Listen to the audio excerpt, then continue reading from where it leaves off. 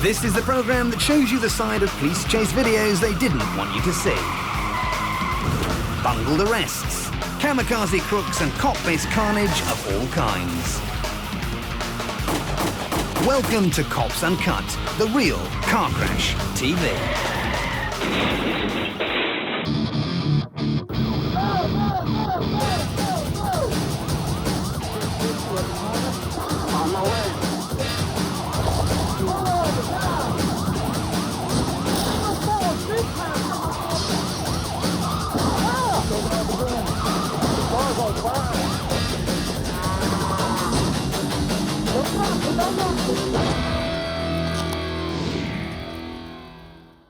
Coming up on Cops Uncut.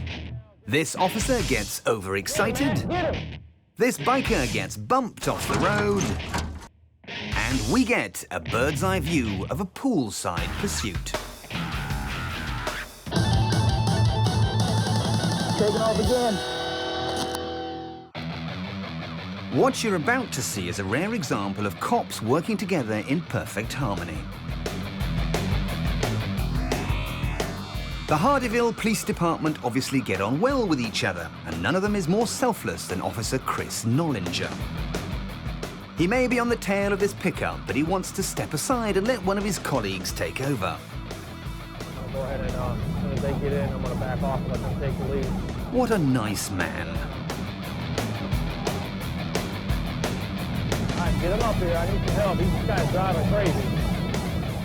Yes, driving over a rumble strip is considered pretty far out here in Georgia.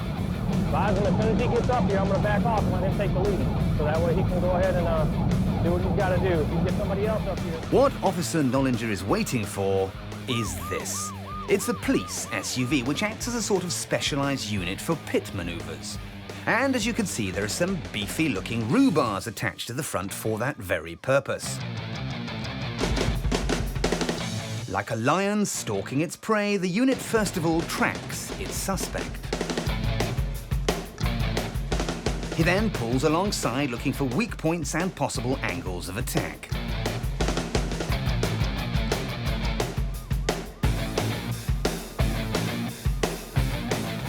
But he's not going to move in for the kill just yet, as his buddies are clearing traffic from the road ahead to give him as much time and space as he needs.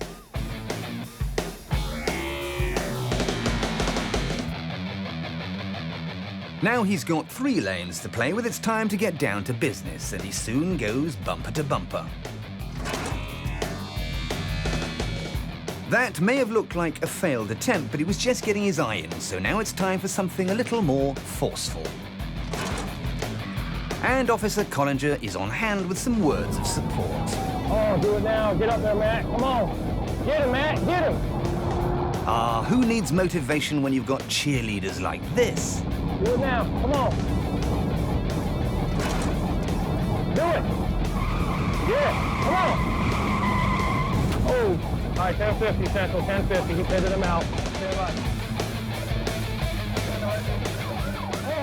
Now he's been spun off the road, this suspect has got a lot more than just one man and his dog to contend with.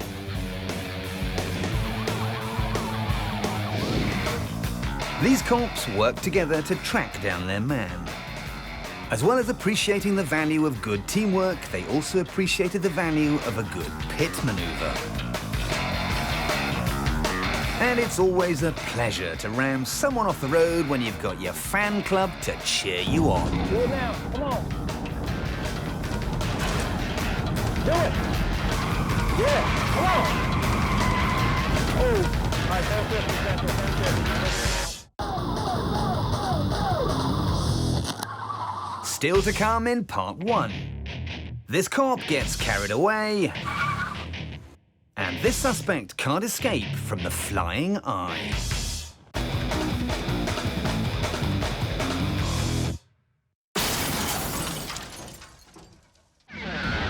Today's 9 Lives Award goes to Andrew Thelen of Sherburne County, Minnesota, who lived to tell the tale after this close call with the Grim Reaper.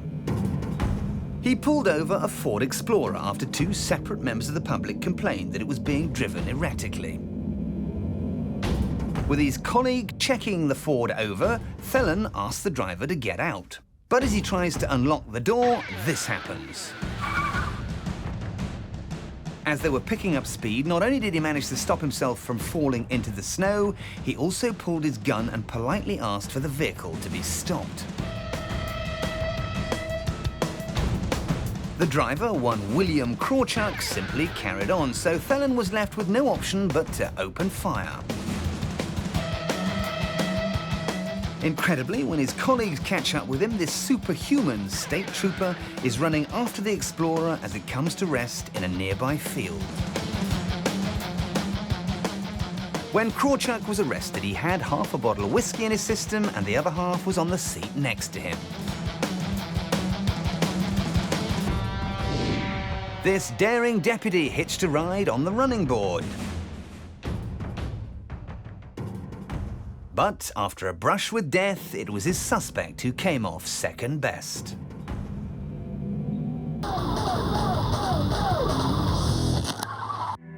Learning to ride a motorbike isn't that different from learning to drive a car, and one of the first routines everyone goes through is mirror, signal, maneuver. The rider up ahead appears to have been practicing and does everything right as he approaches the next turning. But no matter how good his road skills are, he's obviously got something to hide, because as soon as the cop car copies him, he accelerates away.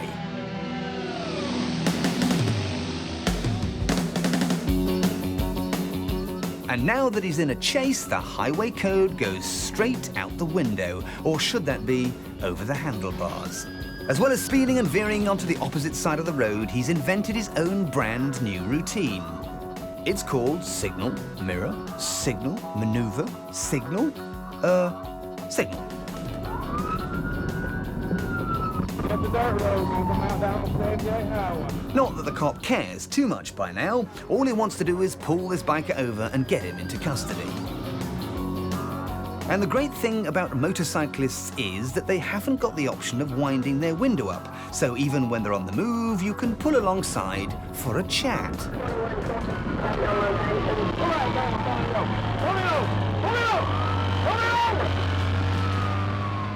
Neither of these two seems to care too much for negotiation, though, so it's time to settle things the old-fashioned way.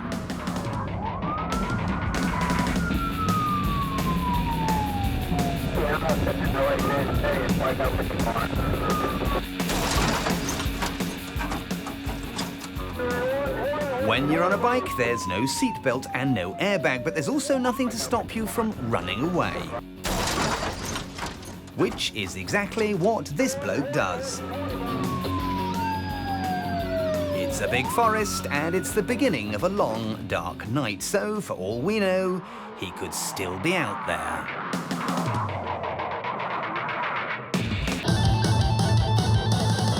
Taking off again. This guy is on the run from a charge of assault and battery, and he's decided to go out in style. Rather than the usual grimy back streets, he's leading the cops on a chase through Millionaires Row. And down here by the marina, he's more likely to plough his car into a swimming pool than a brick wall or a branch of Burger King.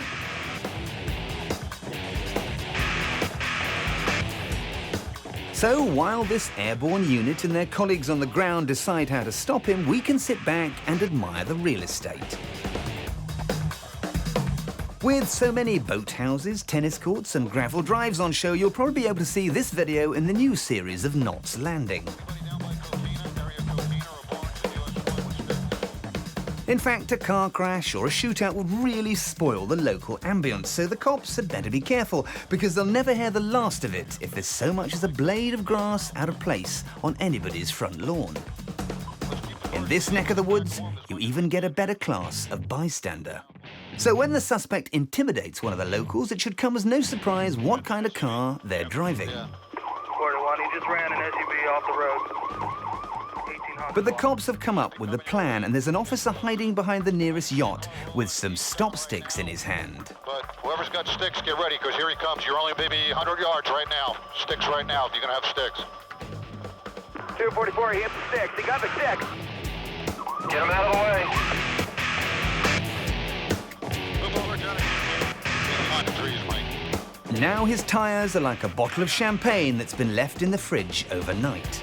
Tires are going flat.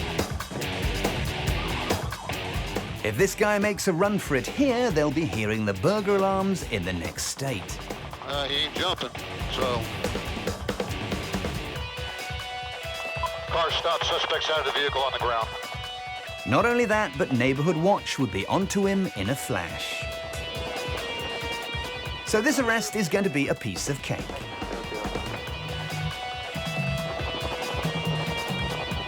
Time to pat down the suspect and give everyone else a pat on the back. Guy did a good job with the sticks. This social climbing crook went on a tour of Tinseltown. But security was so tight that he couldn't break into the world of the rich and famous. So now he's rubbing shoulders with the criminal classes, and the barbed wire fence isn't there to keep him out, it's there to keep him in.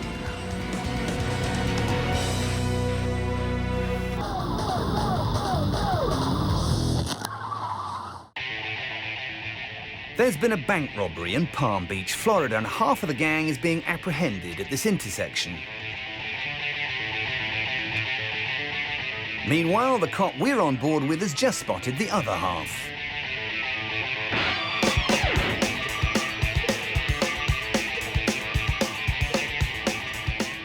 Like a red flag to a bull, whenever these guys reach a stoplight, they think that it's telling them to charge.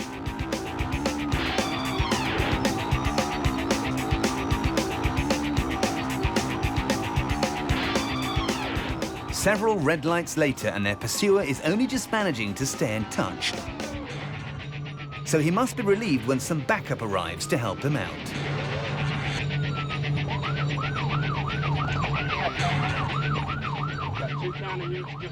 You'd think the cops now have strength in numbers, but all this faffing around and driving in formation puts them even further behind.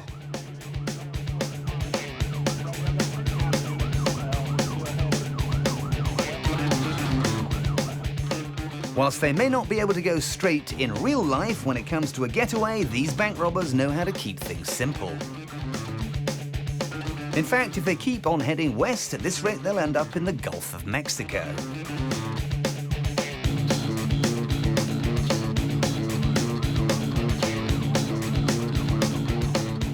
It's midday in midsummer in the Sunshine State, so perhaps the rubber has melted on their tires because somewhere along the line they've picked up a flat. There's no point staying on the main road now, and with the cops suddenly right on their tail, the crooks must be wondering where that ringing in their ears is coming from.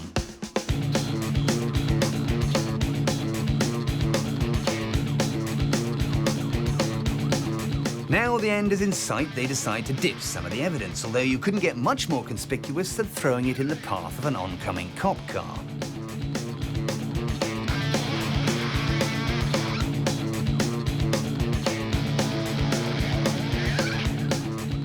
They've reached a dead end, and being weighed down with a big bag of cash means that this passenger doesn't get very far.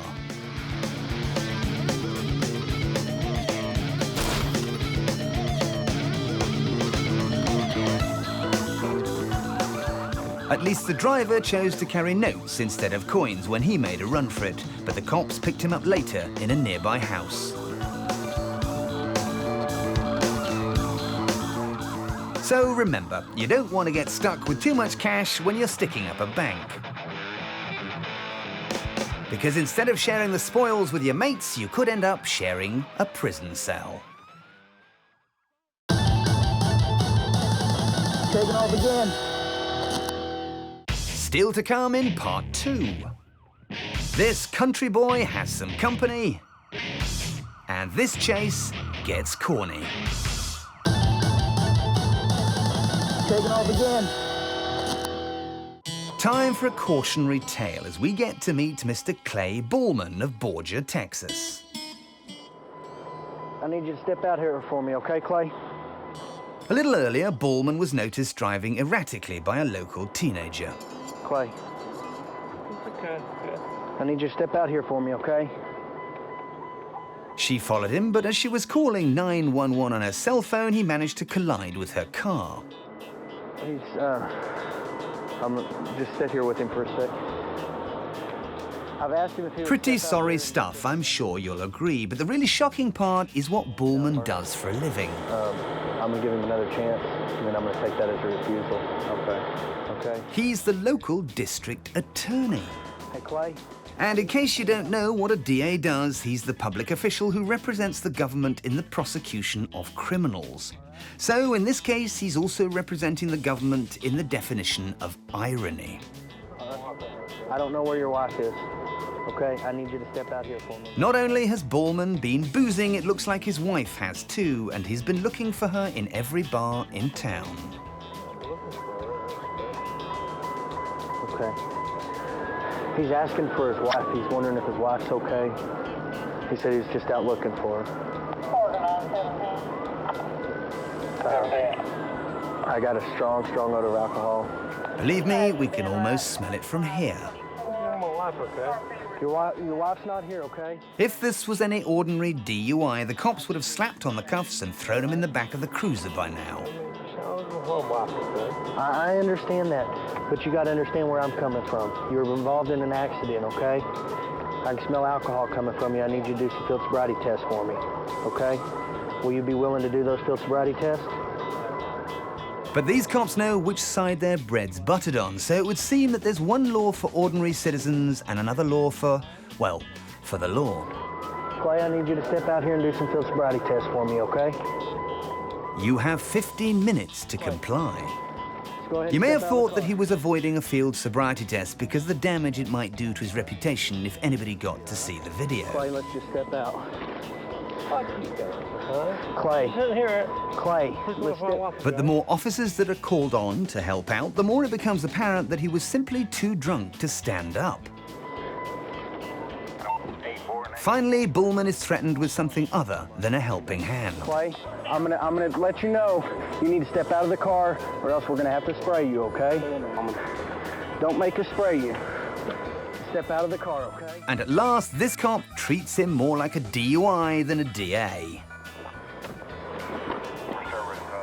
The tug-of-war is over, although when they get him to his feet, Bullman looks like Frankenstein's monster in stonewashed denim. We'll get log one in custody. This district attorney likes a stiff drink, and when he's sobered up, he'll be able to give himself a stiff sentence.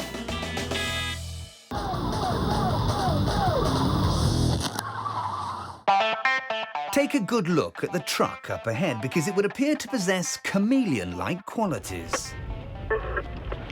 I'm going to be attempting 1050 on that green Toyota pickup again. Deputy Rayleigh thought it was going to be green, but for those of you watching in black and white, we can assure you that it isn't the case. He's trying to run, Holmes. He's going to be southbound on 179. Rayleigh calls in the license plate just to make sure he isn't hallucinating. Hotel 64 Delta Echo Alpha. And now he knows what he's dealing with. Yeah, it's going to be a Dodge pickup instead. I think we're going to try the same trick we did last night. Instead of Dodge, that should probably be just dodgy. And if anyone's playing tricks, it's the driver, who turns out to be an old adversary of Rayleigh's. It's going to be Jason Bruner. This guy has had his license suspended more times than you can shake a stick at, although he seems to know the back roads rather well. We're going down Howard Sconyers Lane, dirt road to the left, just south of Highway 2. And it's going to be Jason Bruner. When you're trying to outrun the cops in a 4x4, it makes sense to head for the rough stuff. We're going in a field now. Although Rayleigh sounds unruffled by the whole thing. Be careful with him. He stays with the pickup, and pretty soon they're on level ground again. We're going back out to the highway.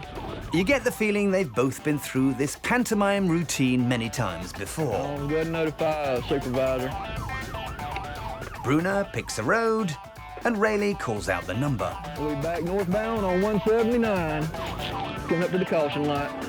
So, how's it all gonna end? Go ahead and notify 5199 also. I think he's going to bail. There's a well-worn path not far from here, and it covers just the sort of terrain Bruner's shape-shifting pickup was designed to negotiate. First thing we're gonna be going to his house is where he's gonna be trying to go. Trouble is, it leads straight to his front door. 10-4 north, 177.8 north of 2. So even though Deputy Rayleigh won't be able to follow him, He's tweaked out. He just went up in a hill on me. he knows exactly where to go to make an arrest. First thing we're gonna be going to his house is where he's gonna be trying to go. Choose your wheels wisely. You may be in a hurry when you steal a car, but it makes sense to give it a quick once-over before you hotwire the ignition. Check the oil and water, have a look underneath for rust, and make sure you give your tyres the 10P test. After all, you don't want to have a blowout when you're doing donuts in the B&Q car park. The interior can be just as important if you're trying to impress your mates, so tidy up any crisp packets, empty the ashtray, and eject that Carpenter's CD. The one thing you must make absolutely sure of before you drive off, though, is that there isn't a small child strapped into the back seat. If not, like this stripy-shirted surrogate dad, you could find yourself halfway across a cornfield with a copper on your tail and a baby you've never met before demanding food and toys.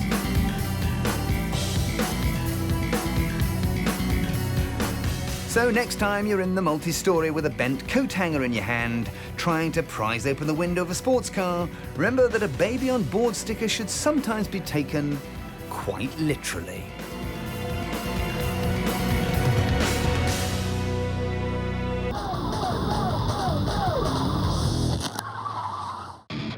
So what have we learnt today on Cops Uncut?